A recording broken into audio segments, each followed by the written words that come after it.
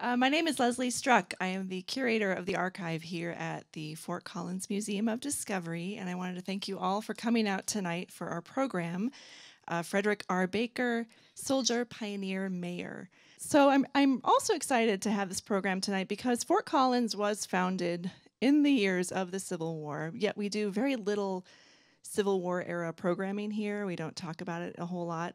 So it's great to have this connection that Brian has introduced to us and we can share with you tonight.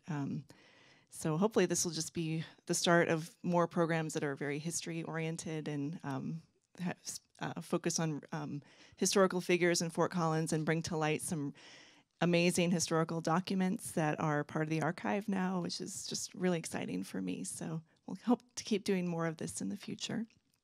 I also want to thank Brian for being here. This is Brian Carroll, by the way. He's our speaker tonight. He came to us, gosh, it was a long time ago, telling us a story about this. He brought this sword, he just brings it in to the archive. And yeah, he's got it. He uses it as a pointer, so please do be careful. Keep your distance.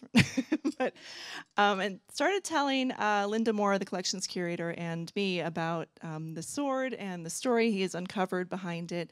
And I don't want to steal his thunder, so I'll let him tell the whole story. But we were intrigued and so excited. And just to see this whole thing evolve and how he helped facilitate the donation of the diary you're going to see tonight and other Frederick R. Baker artifacts to the archive. And by the way, there's a lovely display in the archive of these items, and so you should come check that out as well. It's part of the free zone at the museum in the archive, so just stop on in and look around. We've also got some mysteries in there. We may have a Lincoln hat on display, so I'll let you decide what you think, but we've heard it's Lincoln's hat. So we've got some cool Lincoln things and Frederick R. Baker things, and it's definitely worth checking out. It's also exciting to share that Brian and Mike Viney, who's out there somewhere, oh, there he is, are also introducing this hot off the presses book, which covers this diary that you're going to learn more about. It's annotated, so it has a bunch of information that they worked really hard compiling for you, and it's transcribed. So we are carrying the book in our museum store if you're interested in it. And if you get it tonight, you can even get it signed, which is pretty cool. Not by me, but by the guys who wrote it. So I think that's just about it. So please do sit back, enjoy our beautiful Dome Theater. I also want to thank Ben back there. He's our Dome manager, and he's always is up for this stuff and makes these things happen. So thank you, Ben, and I think I'll just pass it on to Brian now. So thanks a lot. Great. Thank you, Leslie. Thank you all for coming. A couple of people I'd like to acknowledge before we go. First is going to be Marsha Baker, who is the great-granddaughter of Frederick Baker, and she's been a real dream to work with. She was a longtime Fort Collins resident and lives in Missouri now, and we've had developed a nice close collaboration over the last year, and we'll get into that as we talk about the story. And then also Leslie and Linda from the museum have been very helpful. I hate to admit it, but even Wayne Sundberg, our local historian, he made some contributions. The number one, though, he hooked me up with Mike Viney, and Mike Viney's a co-editor with me on the book that Leslie talked about, and the book wouldn't be quite what it is without a lot of the technical skills and the editorial skills that Mike brought to it. Also, Gary Rahm, he's the artist whose picture is on the cover of the, and also the back of the transcription as well. So let's move into Frederick Baker and really how we got there.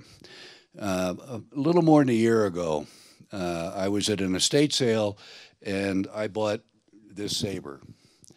And I'm a collector of sorts of all sorts of strange things, but never have I bought a Civil War saber. But I bought it on a hunch that maybe this had some connection to Fort Collins. And as we get into the story, you'll find that it did, in many ways, have more than just a story. But so the talk that we're going to have tonight is the odyssey of a Civil War saber, and it turns out that the person who was the owner of this saber later on in life becomes a 4-term mayor of the city of Fort Collins, Colorado, which is really kind of unique as far as tracing back historical artifacts of sorts. So we're talking about the Odyssey of the Saber, and this is going to be Frederick Baker when he was 20 or 21 years old in the year 1865 as a member of the Union Light Guard, a cavalry unit in Washington, D.C. And then next to it is a photograph as it appeared later in life. He died in 1906, but this was a 40-year odyssey for him. But when I get the saber home, I think it might be Baker's, but I think you might be able to see closely there that scratched into the brass part of the barrel here is F, R, and it goes around Baker. And I remember coming to Leslie and Linda saying, now, if you were looking for provenance on something, what would you need to show that something actually, well, they said that was pretty close, not 100%, but that was pretty close as far as having the direct provenance. Well, not only did we end up with the saber, and we'll talk about that and its odyssey, but down in the collection that we have downstairs, we've recently had on loan the revolver that this man carried. Now, when you go down and look at this revolver in the case, you've got to realize that that is the revolver that Frederick Baker carried when he was a guard, a bodyguard for Abraham Lincoln.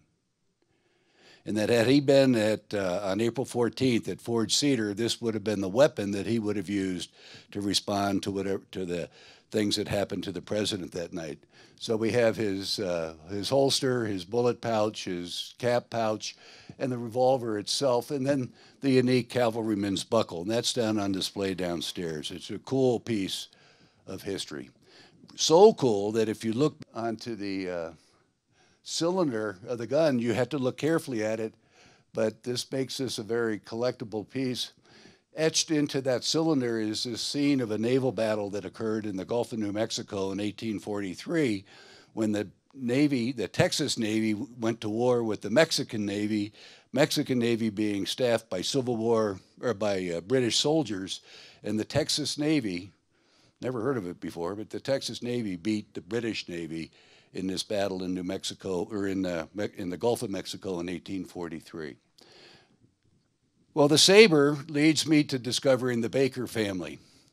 And in talking to the Baker family, they tell me that, well, we've got other things that he has. One of the things is his diary.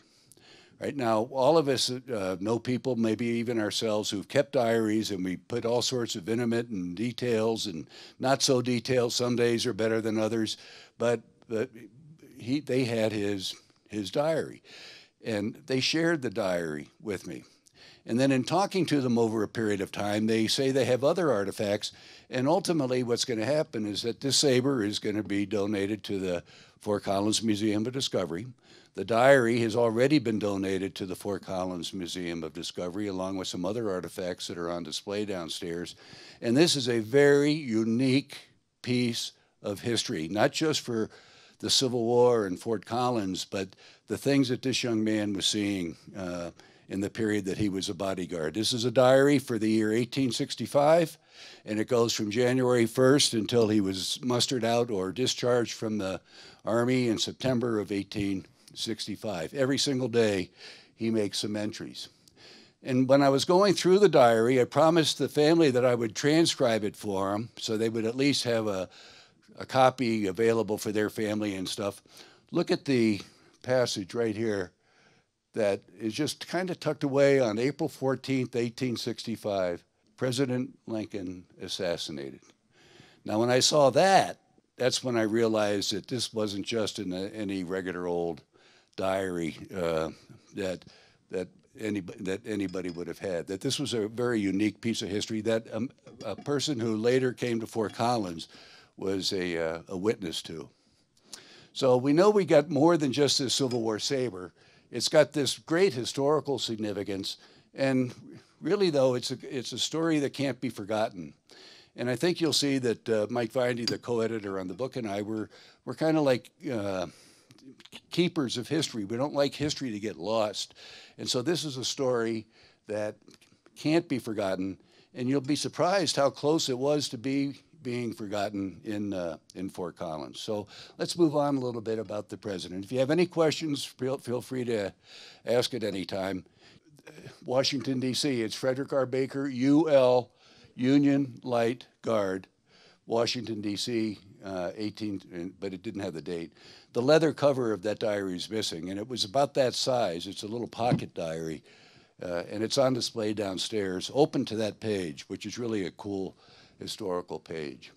So we're talking about moving from being a bodyguard for Abraham Lincoln, of all people, to later becoming a mayor of the city of Fort Collins, of all places. And what I'd like to interweave into the story tonight is a little bit about how this young man's Civil War experiences, the people he associated with, the things that he saw, how they had to have an impact on him later in life and on to the contributions that he made to the city of Fort Collins. So who was Frederick Baker? Well, that's him on the left. This was a picture that was taken in 1865. This saber that I have here is the saber that he's wearing on his belt.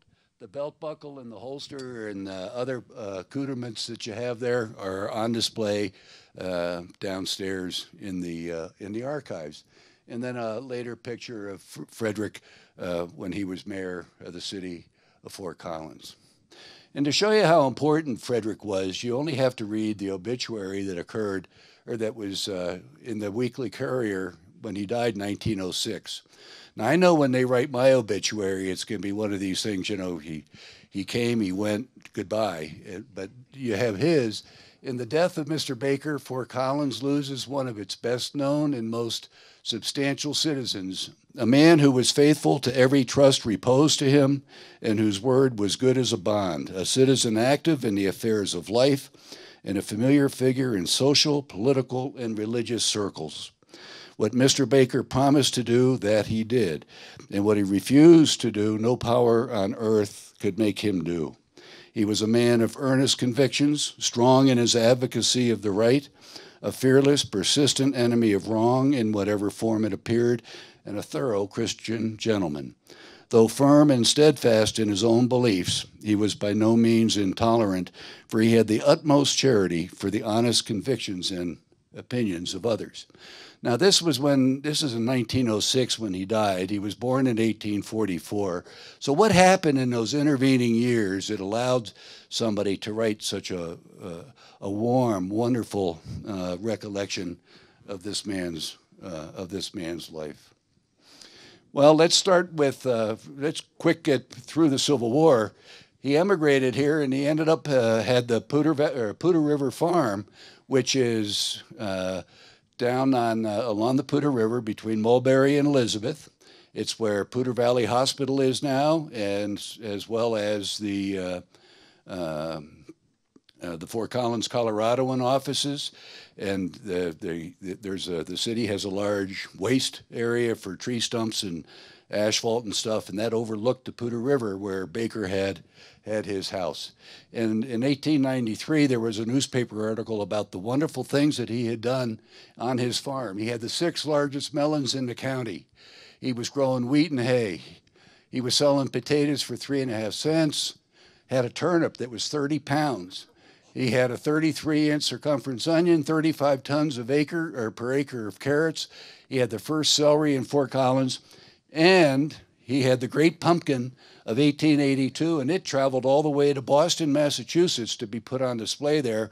And the great-grandfather of Charles Schultz just happened to be at that display because he said, oh, this is what we're going to end up doing with some of these great pumpkins that have come out of the farmland of Fort Collins. Well, Frederick Baker, he was born in England. His family immigrated here in 1853. His father was a large landholder, farmer, rancher in Northamptonshire, England, which is also the hometown of, I think his name was George Washington, but that's where George Washington came from as well. And they moved to Lorain, Ohio. In 1852, only had about 500, 600 people there. But in 1863, he enlisted in the Union Light Guard, and I'll talk about that in a minute. He gets out of the military in 65, comes back to farming in Ohio, and in 1873, he immigrated to Fort Collins. And then he married Eleanor Jackson, his growing up sweetheart, in 1876. In 1863, Governor Todd of Ohio is in Washington, D.C. He visits with the president in the White House. He's concerned over security. He convinces the Secretary of War that we need to get a bodyguard unit specifically recruited to be a bodyguard for the President of the United States. And so in November and December 1863, they get these people together.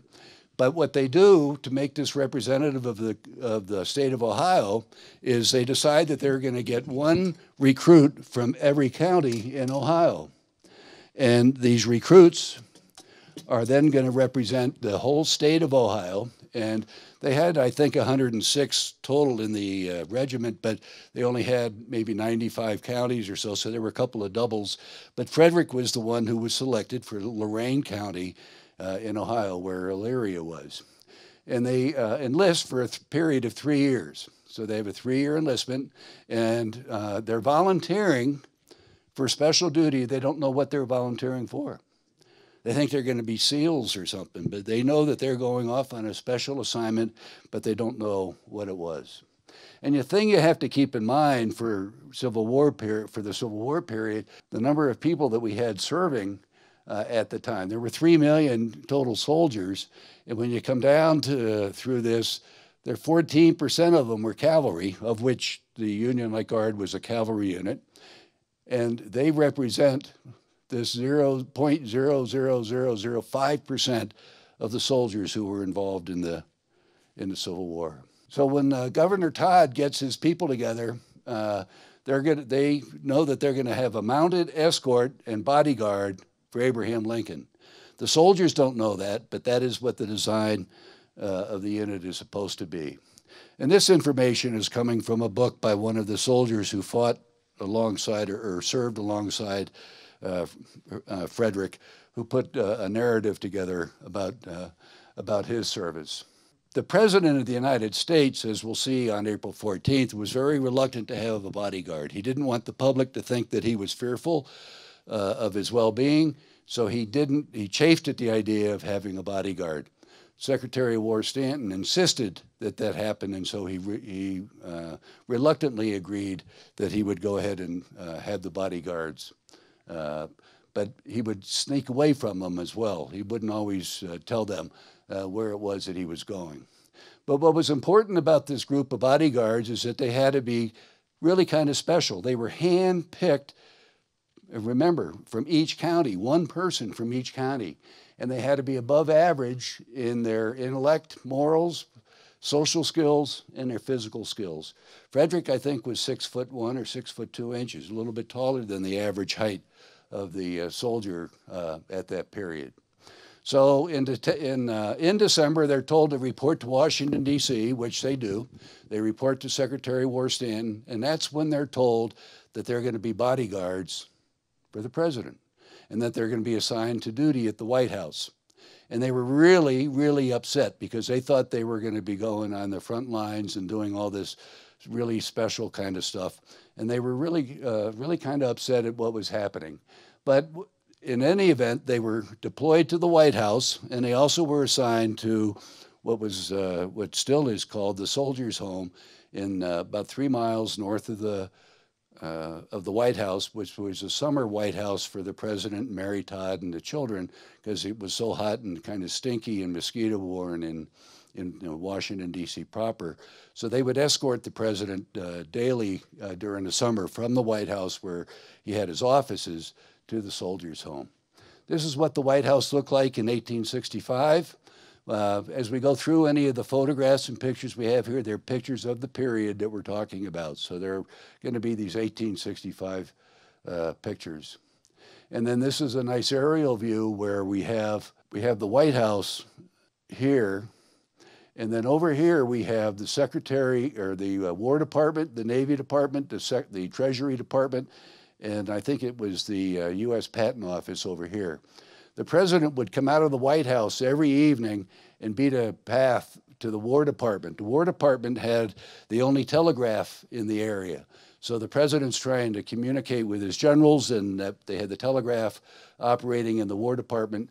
So he would come out at any time. He couldn't sleep. He'd be out walking to the War Department, and these soldiers would have to come out to escort him. And there were some plots they discover for Booth and his people were going to attack the president. They knew he did this walk. They were going to come out of these woods and these trees and see what they could do to capture him. So when in the soldiers' home, it was really a very pleasant place, and it was a place, a retirement home for old soldiers. It's called the Old Soldier Home. I went to high school just a couple of blocks from the Old Soldiers' Home. It's still there, and it's now the Old Soldiers and Airmen's Home. It's a home that they have soldiers, sailors, and airmen at. And so in the book that Stimmel wrote, Lincoln Sanctuary, talks about how they really had an opportunity to get close to the president when they were going to the soldiers' home. And that this is the thing that I think was most interesting, is that whether it was true or not, but the president took a personal interest in us, made them feel like they were important, took a personal interest in us. This is where you'll see a lot of the character issues that I'm talking about with the president, or with the president sharing that maybe Frederick Baker was able to pick up. And they talk about how they lived in their tents, and the president would come out and have a smoke with them, would chat with them and do things that were really making them feel like they were somewhat important. Walt Whitman talked about how he had an apartment or a hotel room over the route that the president took from the White House to the soldiers' home. I think it was 7th Street in Washington. And he could look out his window in his apartment house, and he would see the president with 25, 30 cavalry and the sabers drawn high and held high over their shoulders. They were very formal and regimental as they worked their way up as escorts for the president. Enough so to where Walt Whitman wanted to make some comment on that. But then he also talked about how the sabers made a lot of noise, and the president didn't like it. So he's in this open carriage, and the sabers are rattling and stuff, and he would complain. And they will talk to you about how when you look at a real saber that's been in battle, it'll have some little dings up in the front of the front here that kept the saber from banging around and making noise. But the president was kind of irritated a little bit with some of the noise that he would have there. Remember, I said they were dismayed about what they about their assignment, and so here we have the president maybe regretting that he came out one night to talk to the guys, but they're there and the president's there, and so he comes out to chat with them, and a soldier says, Mr. Lincoln expressed the thought that the company was of no use. Mr. Lincoln prefaced a kindly admonition to obey orders without question by saying, "You boys remind me of a farmer friend of mine who said he could never understand why the Lord put a curl in a pig's tail. It seemed neither useful or ornamental, but he reckoned that the Almighty knew what he was doing when he put it there." So that was a nice way of saying, shut up and do your job. You know, do what you're being told to do here. But he was able to be convincing for these soldiers to make them feel like the things that they were doing were in fact beneficial. Mary Todd was, even with some of the deaths of the children, was very active in the social circles, and they had a lot of balls and parties and things. And the soldiers were responsible for providing security outside the White House and even inside. But periodically they'd go on into the White House themselves and be socializing with some of the other folks that were there. And when you read the accounts of the parties that were happening, you've got admirals and ambassadors and generals. I mean, it's a who's who of the Washington movers and shakers of the time. And that they talked about how naturally we boys felt a little timid in the presence of such an assemblage, all these Army officers and the admirals and whatnot. And then here's one, there's a diary entry. I have a real page of it in a second, but here's Frederick saying on February 6, 1865, All these old-time diaries, they start off with the weather. Weather bad, weather rain today, weather fine. But in the evening, went to downtown in the city, attended the president's reception in the evening, and shook hands with the president. Now, that's cool. Shook hands with the president of the United States. And this is the accounting in his diary where he's talking about having shook hands with the president. The diary that we were able to transcribe, it was all written in pencil and really sometimes really difficult to try to decipher. But what we've tried to do is to accompany the entry of the diary with a photograph so that you can kind of visualize what it was that he was entering here. So he talks about on duty today, went to the soldiers' home in the morning. So here's the soldiers' home. And then he goes to a reception in the evening and shakes hands with the president. And this is what one of those receptions would look like that the soldiers were in. So it was everybody's dressed to kill, and you've got, you know, just a who's who of the Washington, D.C. people there at the time. And then, again, making the people feel at home. The soldiers, one night they'd look in and they see all these people and they're hesitant to go in, and the doorman says, "Go on in there. The president, he'd rather spend time with you guys than some of the other folks that are in there." But it was like taking a cold bath, and when the water is a little extra chilly, but the first douse took off all the chill. So it was just a matter of getting used to the atmosphere. Something very little known. President Lincoln is the only president of the United States who has come under enemy fire while president of the United States. So that the soldiers' home was adjacent to what's called Fort Stevens. Fort Stevens is on the northern portion of Washington, D.C. And in 1864, the war is not going real well. And they've taken all the regular soldiers out of Washington and they've sent them south to participate in different battles with the South. And so what they've got are some of the older soldiers, some of the sick soldiers, some of the guys who wouldn't normally be in service. And they're the ones who are defending Washington, D.C. Robert E. Lee realizes this. He goes ahead and he commands General Jubal Early to see what he can do about penetrating Washington, D.C. And it's pretty much like Jimmy Doolittle's raid on Tokyo. It's not that they really think that they're going to take over D.C., but think about what impact it would have had on morale if all of a sudden you got all these Southern soldiers marching down Pennsylvania Avenue past the White House and things. So Early was told, you see what you can do about getting up there. And fortunately, the 6th Corps hustles up there and gets there in time to prevent that from happening. But the president's at the soldiers' home. He knows there's this battle going on. It was about 2 miles away. And he says, I want to go see what's happening. And so he goes on up to Fort Stevens, and he is observing the battle as it's occurring. And this is a drawing of the president. And here's where this is where Early's troops would have been coming in and trying to penetrate the defenses of Washington. And one of these soldiers ends up getting shot because they had sharpshooters out here that were taking pot shots at the president. And fortunately, nothing happened to him there. But what's cool about not just the saber, but when you go on these ventures, you find out all these things you never knew about. You know, I didn't know that the president that was the case with the president. So now we've got, now we have Frederick Baker, and I like to look at his eyes. I can see, you know, I would like to have seen him the day that he signed up. Now I want to see what he's doing. You can see some maturity coming in here, but also some confidence, I think, is something that's apparent in this photograph of Frederick. So just as an aside, so while he's in Washington, D.C., he's guarding the president and all this, but I grew up in Washington. Frederick Baker has seen more sights in Washington, D.C. than I did growing up in Washington.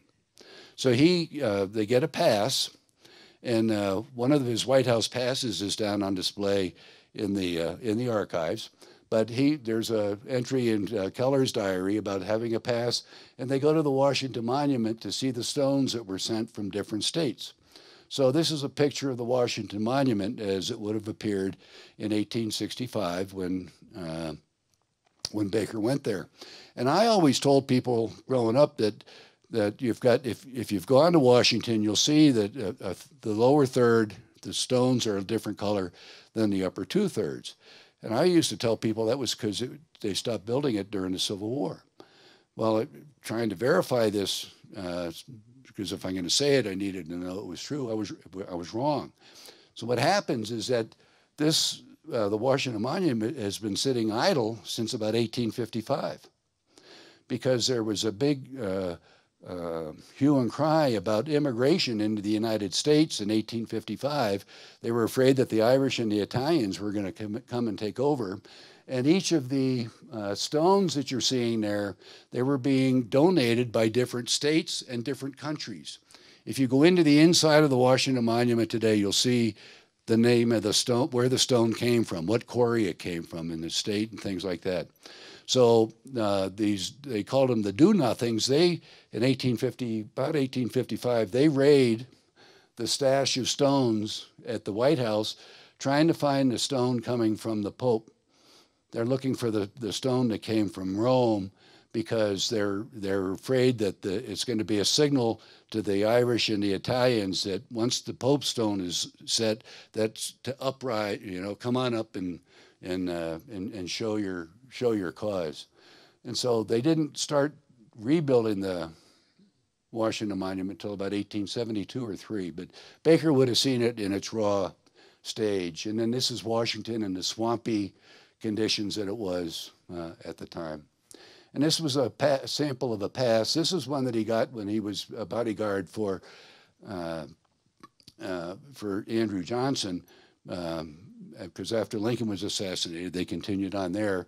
But this is what they would have had to carry to show that they had authority to be off the post or in the city. And he would go to the Capitol and see, and this is amazing, he goes to the Capitol to see these things that are happening. And then here's this instance, he goes, and it's kind of like the Capitol today, rather dull, right? So he makes a comment, he sits there watching the congressmen do their thing, and he goes, well, it's kind of dull. But this is March 3rd, 1865. It's going to be a day before the inauguration of the president. So here we have a quote, diary entry talking about going to the inauguration, and visitors estimated at 75,000 people. The population of Washington, D.C. at the time, about 60,000. So there's 75,000 people in attendance at the president's inauguration. And this is a picture of what the inauguration would look like at the time. Photography is getting pretty prominent. So here's a picture of Abraham Lincoln standing there delivering his inaugural address for the second inauguration. And what's really interesting about this picture is that if you look in the circle here, here's the president, here's John Wilkes Booth, who thought that he might be able to get a shot at the president when he was giving his inaugural address. And he chickened out. He decided it wasn't an opportune time for him. But I like to put this into the presentation because I see the words of the inaugural address. And where I'm talking about character and developing a sense of character for Frederick, I see these words here: with malice towards none, and with charity for all, with firmness in the right, let us strive on to finish the work we are in, to bind up the nation's wounds, to care for him who shall have borne the battle, and for his widow and his orphan, to do all which may achieve and cherish a just and lasting peace among ourselves and with all nations. Now, do you hear anger in there? Do you hear him saying, what are those stupid people doing who seceded? We've got to get? I mean, these are healing words, and this is at a time when the war it's changing. It's changing in our favor, but it's still, and so Frederick hears this. I can't help but wonder, did this have some impact on his ability to have empathy for others and to forgive people for things and to see why it is that people do some of the things that they do. But he got around on a couple weeks after the inauguration. He goes to the Navy Yard and he visits the Monitor Montauk. Now, we know about the Battle of the Monitor and the Merrimack. What happens in the Navy is that the first time that there's a new class of ship, it takes on a name, like the Monitor was the first ironclad. Every ironclad after that is the Monitor something. In this instance, it's the Monitor Montauk. And so he goes to visit the Monitor Montauk, and he's really amazed at the guns and the armaments that this particular ship has. And so it's, you know, low in the water, and it's got the turrets and things. And I'll come back to the Monitor in a little bit. So let's talk about the assassination. I'm always asked, well, did they fail? I mean, you know, he's the bodyguard for the president, and we know what happened to the president. Well, the president resented the fact that that there were these bodyguards. He just kind of chafed at it. And so, especially when he went out on the town to theaters, he wouldn't go with the cavalry unit. There was a plainclothes Washington D.C. unit, 2 guys I think, who were kind of assigned to be escorts for the president. But as we'll see in a minute, when he goes to Ford's Theater, it was the type of thing where he was without the bodyguards. It was just with these 2 D.C. policemen. But they do know that there's problems. So in '64, the unit's told, we're getting a lot of rumblings, be careful, because we know that there's some potential assassination or primarily kidnapping plots to get the president out of Washington, D.C. And then even here, and this is a book that was written by John Ford talking about the assassination, there was an earlier assassination attempt when the president was going to go to visit a hospital in Washington, D.C. at the time. In 1865, there are more than 20,000 wounded, ill soldiers being treated. And there's any number of hospitals. I think the number is about 60 different hospitals throughout the Washington, D.C. area. Different sizes, of course, but it was not a pleasant place for the ill to be. But the president would go visit the hospitals. He would go in and shake hands with the soldiers and thank them for their service, and just say the kind words, the things that you would expect a president to do. And here was one night that they were getting ready to kidnap the president when he's going to one of the hospitals, but the Union Light Guard was there, and they didn't realize it, so they kind of backed away. But in April 14th, about 10:30 at night, we have John Wilkes Booth. We know the story that he gets into the box where the president is. He shoots the president with a derringer in the back of the head, and then he jumps off the opera box down to the stage, and he breaks his ankle and hobbles away and is captured several weeks later. So that we have the Lincoln being assassinated, Booth jumping off out of the Opera House section of the theater, and Booth getting away. And then what happens is that the president is taken. Yeah, so being the actor that Booth was, he's got all of these Latin terms and Latin phrases and things that he's aware of. And I think if you read some of the historical record, he had rehearsed to say explicitly that was kind of intended for him to say. So on April 14th, the diary entry for Frederick Baker is back to President Lincoln assassinated. Now here in the book, we've got a picture of Andrew Johnson here, because this is the day, the transition, when the president dies, Johnson is vice president, becomes the president. But I got chills when I first saw this entry, President Lincoln assassinated. So here we have John Ford talking again about how the Union Light Guard gallops to the theater. The president is shot, wounded in Ford's Theater right across the street. There's some concern they don't want the president, or they need to get him out of the theater, and they're going to put him in a building right across the street, which was a bar. And they knew that he was kind of dying. They didn't think it'd be right for the president to die in a bar. So right next down the street was what's called the Peterson House, and that's where the president went and spent the rest of the evening of the 14th. And he died about 7:30 in the morning on the 15th. Carl Sandburg in his book talks about how the Union-like guard, the galloping cobblestone clatter of the president's bodyguard riding to 10th Street, was one of several dramatic acts that gave color to any of the wild rumors. So that they're back at their barracks, which is just out on the White House grounds, and they're summoned right away to come and get up to the Peterson House. And when they get to the Peterson House, they're dispatched to provide security around the house and prevent crowds from gathering and things like that. So that these images, the Union-like Guard, by the way, they were also known as the Black Horse Cavalry, so that all of their horses were black. So anytime you see, from an historical accuracy perspective, if there were a gray horse or white horses here, this could have been another cavalry unit that was being drawn here. But so here we have the cavalry soldiers. We know that they were dispatched there. So here we have two guys at the doorstep and then the other guys on their horses.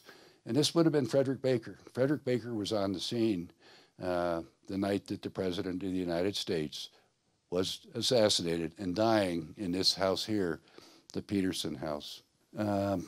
This one speaks again to the experiences of the things that he writes here. Everybody in the deepest grief and sorrow saw General Grant today, came in on a special train at noon, looking very sad. General Grant and his wife had been invited by Mary Lincoln to go to Fort Cedar with him. And Grant's wife wanted to go visit relatives in Philadelphia, so he begs off. And so he's in Philadelphia when he gets word that the president has been shot. And so they commandeer a special train and they come on down. And this is Baker's recording of seeing Grant getting off the train and in this instance looking very sad. I didn't find too many other acknowledgments or records of people. We know that Grant came in on a train, but there isn't any historical record of him arriving and things like that. This could be one of the only ones of that.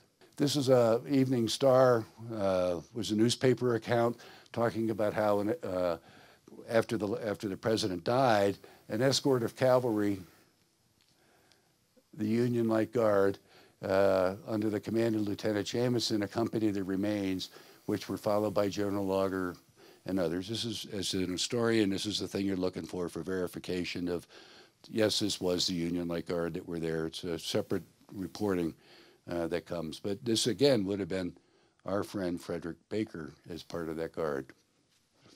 So the rest of the week in April, did any of you watch the TV with President Bush and the rotunda and the guards and the things and all of the state funeral? And this is, again, Frederick Baker, and here he's talking about his assignment at the White House, guarding the remains of the casket or where the president was being laid. So he lay in state at the White House, and the crowds were up there, and they ended up having to close the doors at 5 o'clock. But he was one of those soldiers that would have been there, very much like we had with President Bush. And then we have a funeral statement where it was the Union-like Guard that preceded the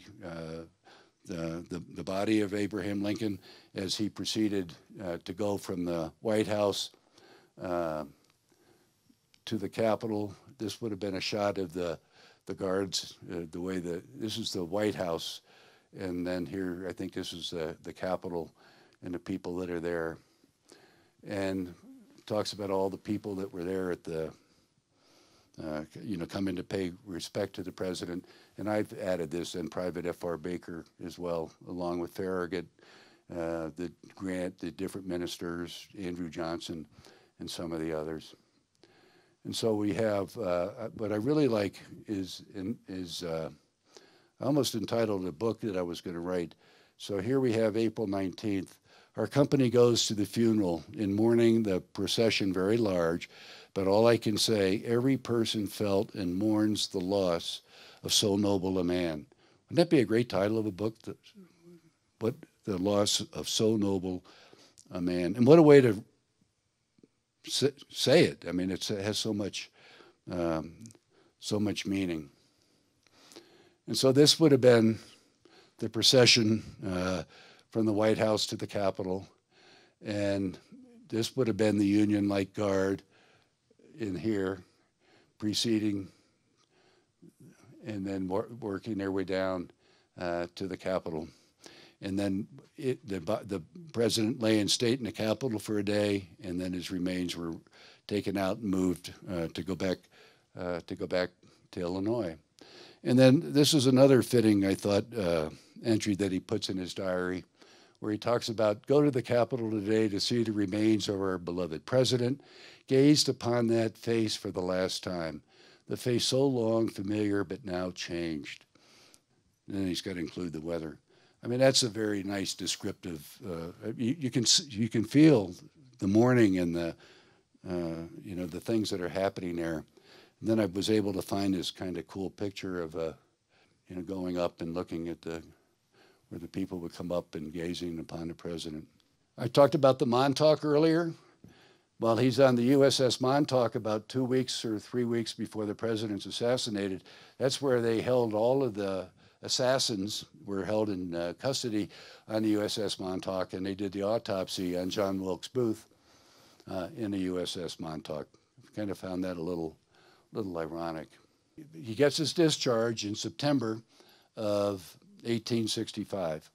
And all of this stuff that's happened here, this is 160 years ago, could have been lost. And that's what I have here about the story could have been lost.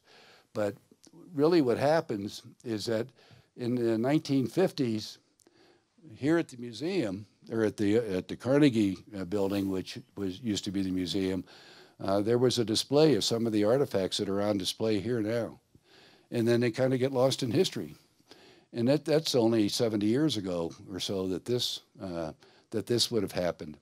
And you'll see downstairs in the display this picture of Abraham Lincoln. This was a Brady picture, I think. And Abraham Lincoln one night comes out and comes up to Baker and shows him a couple of pictures and says, "Which one of these do you like?" And Baker picks this one, and he signs it and gave it to him. So that was a signed picture for Baker from the president. But let's talk you a little bit quickly about character and how it affects Fort Collins, Colorado, because this is a nice story about the Civil War and Abraham Lincoln and all that, but we're all here in Fort Collins, right? Well, when you look at the 6 pillars of character, there's some certain traits and behaviors that you're looking for: trustworthiness, respect, responsibility, fairness, caring, and citizenship. And when I'm looking at the history of Frederick Baker and his wartime experiences and things, I'm seeing maybe this is where some of this character started to come from. His very first diary entry in January 1st, 1865, he's talking about going to church and hear a very good New Year's sermon by the Reverend Dr. Gurley. Going to church on New Year's Day. And I've seen a lot of other Civil War diaries, and rarely do I see so many church entries during the year. He was a regular churchgoer. But not only that, so who cares? Who's Gurley? Well, Dr. Gurley happened to be a friend of the president, but not a close friend. But he was a Presbyterian pastor, and that was the church closest to the White House. And the president had a pew or a little section there. But Dr. Gurley also, though, was summoned to be at the side of the bed when Lincoln died, and then presided at the funeral for Abraham Lincoln and provided counseling to Mrs. Lincoln as well. And there's several entries where he's talking about hearing these different sermons from Dr. Gurley. And I'm just thinking about the impact that the words of Dr. Gurley had to have on this man. And later on even, and I'll show you, but he becomes one of the founders of the First Presbyterian Church here in Fort Collins. And could that have been drawn from some of his wartime experiences with Dr. Gurley? This one is a rather interesting entry where he's talking about having gone to the Capitol, gone to the Capitol, and he's hearing congressional testimony about General Butler. And he says, and in his diary, what's interesting is that he says, this will be a memorable day in my history. So I'm looking at this January 24th. He's talking about being at the Smithsonian and Butler. And why is this a memorable day for him? Well, the debate was whether or not something ought to be done to General Butler, because he was at what's called the Battle of Fort Fisher, which was in November or December of 1864, and he would not order his men into combat. He was tired of ordering his men into combat where they were going to be slaughtered. And he wouldn't order his men into combat, and they ordered another general to come in, who did come in January, won the Battle of Fort Fisher, and it was a turning point in the war. It was a very important battle. But General Butler is resisting his orders. But so you say, well, Baker is liking this sense of, well, I mean, he's taking care of his troops, but even more so, General Butler was known as somebody who was anti-slave, was for a lot of the freedom issues and stuff, and was speaking out fervently in support of some of Abraham Lincoln's positions that weren't very popular, really, at the time. And the people, though, that he hears that are supporting General Butler happen to be the representatives from Ohio, his hometown. So I wonder if that is why that becomes the memorable day, that he hears people supporting somebody who's been accused of cowardice, but has every reason for not having ordered his people to war. And January 7th, heard several speeches in the House on the amendment of the Constitution. Now, this is a 21-year-old man who's going to the House of Representatives to listen to the debate over the 13th Amendment, and comes back and makes recordings in his diary. I don't have it here for our show here tonight, but he's there the day that they passed the 13th Amendment in the House, and because he's up there and he wants to see that. And I'm hearing that debate. And if you go through the congressional record of the time, it was called the Congressional Globe then, but if you go through that record, it was really kind of a heated debate, and you're hearing a lot of pros and cons, and he is hearing that stuff. Did that help him as a mayor of Fort Collins later on, to hear the give and take that goes on in these kinds of deliberations? Here we have, he talks about weather fine today, or up at the top one, weather cold today at Arlington and get on to Casey's. So I'm laboring, I'm trying to figure out, what is Casey's? Well, I see that there's several entries in there where he's had several of his associates, other soldiers of him, have been promoted to go lead some other units. And it turns out that the units that they were being promoted to were the colored troops.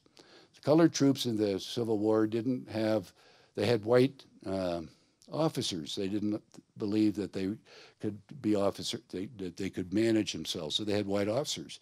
So Baker's got a lot of his buddies going on to be the officers for these colored troops, and then he's visiting Camp Casey, which was it turns out, doing some research, it's the training camp for the colored troops. And even today, they don't know exactly where in Arlington, Virginia, Camp Casey was. But Frederick Baker does. He was there. He was there to see. And did that have some impact on his sense of fairness and things that are there? This was really kind of cool here, where we have this guy, William Davis, who happened to have been a cook in the Union Light Guard. And when he gets out, he's just a cook, right? He leaves the service.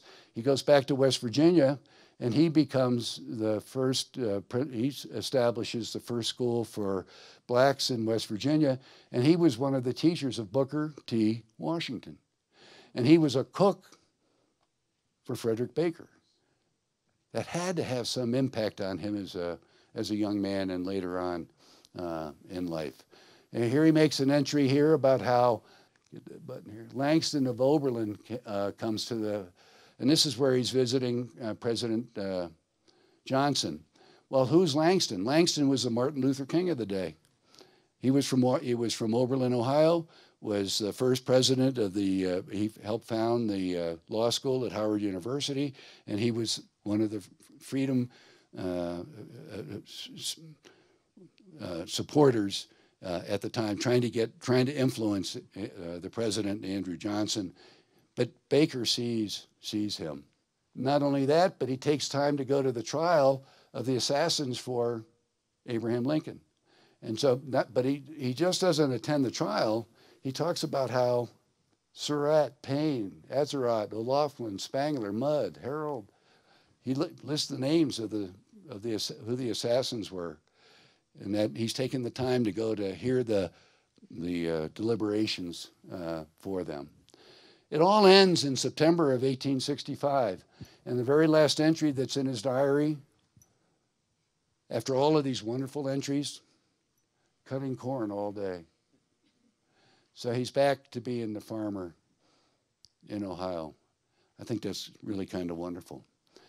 Fort Collins, 1873 is when he comes to Fort Collins, and it's when he does his first homesteading when he comes here.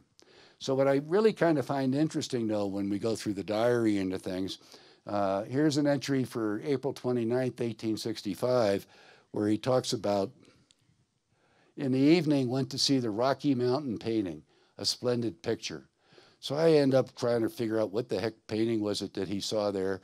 Well, Bierstadt had just finished a painting called Rocky Mountain in Landers Peak.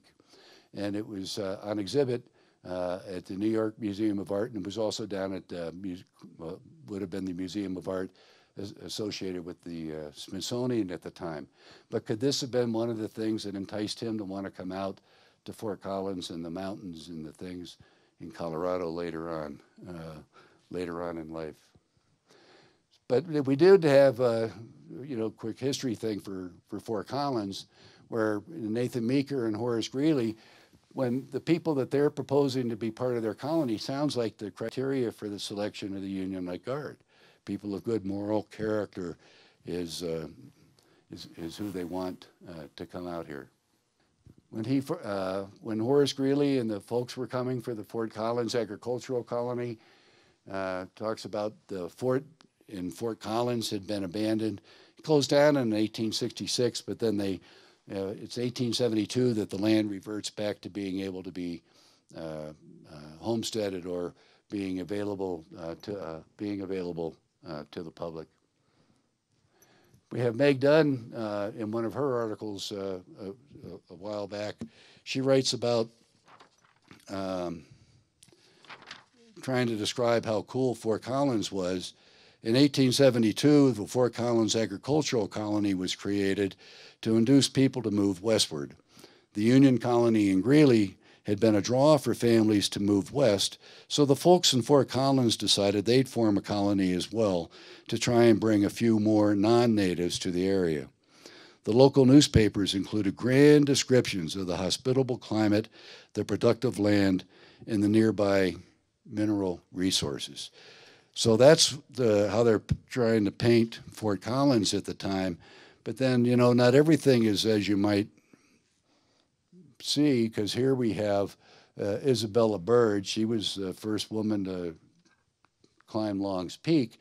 And in her book, A Lady's Life in the Rocky Mountains, she kind of gives us a whole different description. Maybe she's talking about Cheyenne or something here, not Fort Collins. But it was a most unpleasing place. It was a military post, but at present time consists of a few frame houses put down recently on the bare and burning plain. These new settlements are entirely revolting, entirely utilitarian, with coarse speech, coarse food, coarse everything. Nothing on which the eye can rest with pleasure. So I don't know who we got.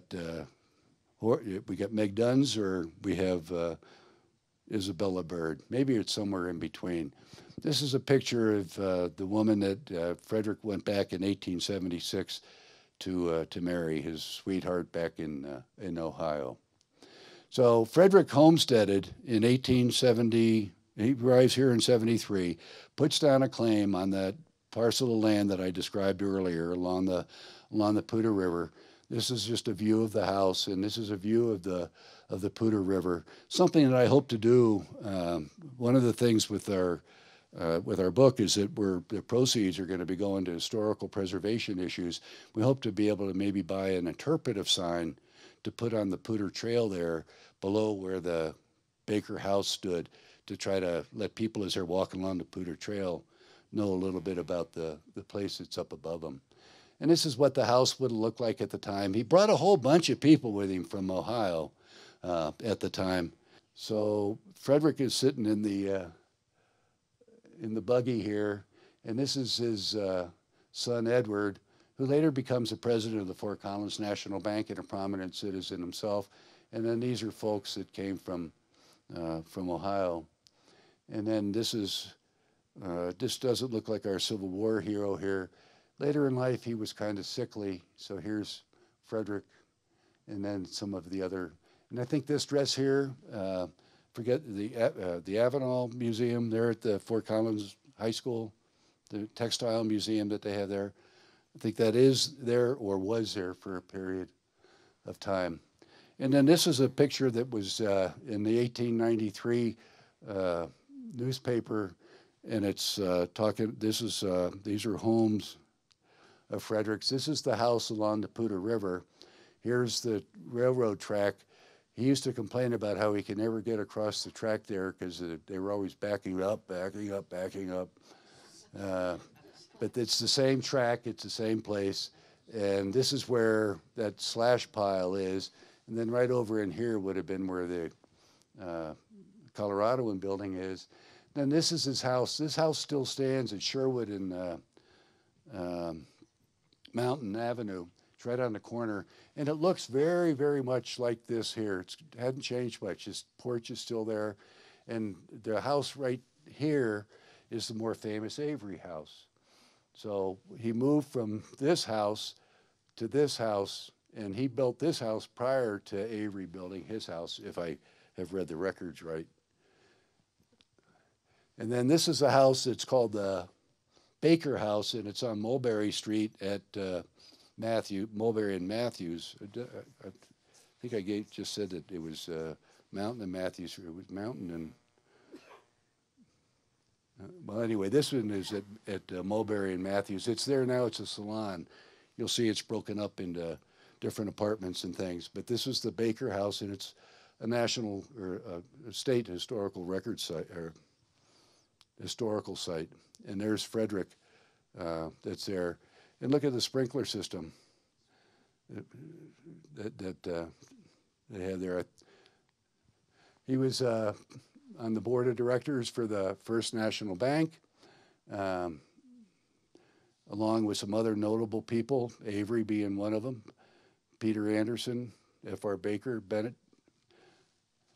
But let's look at what was happening in Fort Collins when he was here. So he arrives in 1873. Well, in 1872, it's the agricultural colony. It's incorporated, and then it becomes kind of locked into no growth because we've had the financial panic hitting the whole United States. Then we had the terrible grasshopper plagues out here that really burdened a lot of the farmers. We don't get our first newspaper in Fort Collins till 1873. So he's getting here just at the time that there's some notoriety coming to the city. The Colorado Central Railroad, that's the one that cuts straight down Mason Street today. It arrives in Fort Collins in 1877. We have our first school, formal school, the Remington School in 1879, and a whopping population of 1,300 plus. But in 1882 is when we have the waterworks that was established at the time. In 1890, the population's grown to 2011. We have telephones in 1890.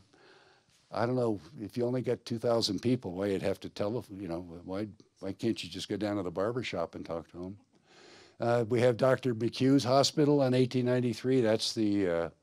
That's down there across from the parking lot off of Remington, but it's the trout fishing place, the Peters trout fishing place there. That was Dr. McHugh's Hospital.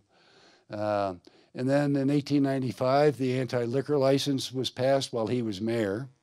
He's known as somebody who helped pass the make Fort Collins dry. The melancholy days have come, the saddest yet we fear for every man in town must now give up his beer. About the only people that kind of liked that happened was going to have been some of the restaurants down there off of Mulberry Street as you go out of town, like the Safari or some of those places there, huh? What's interesting there, though, he did lead the temperance drive here, and he's from Ohio. You know who led the temperance drive in Ohio prior to Frederick Baker coming here? It was William O. Collins' wife, the wife of the namesake of Fort Collins, Colorado. She was big in the temperance movement in Ohio. Did that have some influence on our friend Frederick? So he's mayor from 1895 to 1902. The population is tripled, or it's now 3,000. And in 1903, he helped engineer getting the Carnegie Library brought to Fort Collins. This is a certificate that he was given, appreciative of his being mayor. It's on display downstairs in the archives. The certificate that he had.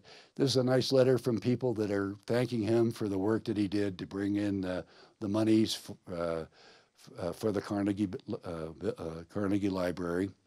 And this I found kind of interesting. I found a newspaper article in 1897 where Frederick Baker has led the parade from downtown to Grandview, where they're going to be putting wreaths and flowers on the graves of the soldiers in the soldier section at Grandview Cemetery. And all right, so fine, that's the mayor, that's one of the things they're supposed to do. But this is where, again, now later in life, 1897, and I was talking about character. So here we're talking about members of the George H. Thomas Post, other old soldiers, including those who wore the blue and those who wore the gray, to include Mayor F.R. Baker, members of the city council and city officials. The graves of all the soldiers, Union and Confederate, were strewn with flowers. I can't help but think that he had some influence on, go back to that speech that Abraham Lincoln gave in March of 1865. All right, hey, they're all part of us. He was a trustee, one of the founders of the First Presbyterian Church. When I go through his diary, I mentioned earlier, he is the most ecumenical soldier in the whole Civil War. He goes to church, he goes to the First Baptist Church, he hears Dr. Gillette speak. Dr. Gillette was one of the people who officiated at the funeral for Abraham Lincoln. He went to the Methodist Episcopalian Church. He talks about going to a Roman Catholic Church, a Jewish synagogue, and he goes to the Presbyterian Church with Dr. Gurley.